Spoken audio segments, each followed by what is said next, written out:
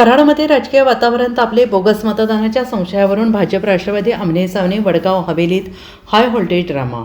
जिल्हा परिषद आणि कराड पंचायत समिती निवडणुकीसाठी आज शनिवारी मतदान सुरू असताना राजकीयदृष्ट्या संवेदनशील असलेल्या कराड तालुक्यातील वडगाव येथे हवेली येथे वादावादी झालेली आहे. बोगस मतदानाच्या कारणावरून भाजप आणि राष्ट्रवादी काँग्रेसच्या वादावादी सुरू असतानाच कार्यकर्त्यांची येथे गर्दी झाली. त्यामुळे वडगाव हवेली केंद्र परिसरात काही काळ तणाव निर्माण झाला. पोलिसांनी वेळेस हस्तक्षेप केल्याने मोठा अनर्थ टळला. सातारा जिल्हा परिषद आणि पंचायत समितीसाठी आज शनिवारी सकाळपासून मतदान सुरू आहे. त्यासाठी प्रशासनाने मोठी तयारी केली आहे.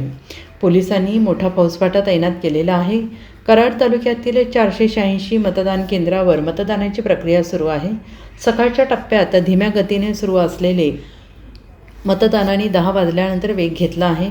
सकाळी 10 नंतर मतदारांनी मोठ्या प्रमाणात मतदान केंद्रावर गर्दी केली. सकाळी 7:30 ते दुपारी 11:30 वाजेपर्यंत 21.63% मतदान झालेलं आहे. दरम्यान या निवडणुकीच्या मतदानात वडगाव हवेली येथे भाजप आणि राष्ट्रवादी काँग्रेसच्या समर्थकांमध्ये बोगस मतदानावरून हमरीतुमरी झालेली आहे. बोगस मतदानाच्या कारणावरून काही काळ वाद सुरू राहिले आणि समर्थक कार्यकर्त्यांनी मोठी गर्दी केली. दरम्यान पोलिसांनी वेळीच हस्तक्षेप केल्यामुळे मोठा अनर्थ टळला. मात्र या प्रकारामुळे तणावाचे वातावरण निर्माण झाले आहे. यावेळी कार्यकर्त्यांनी याची जोरदार चर्चा सुरू होती. Bureau report SBN Marathi, Karad.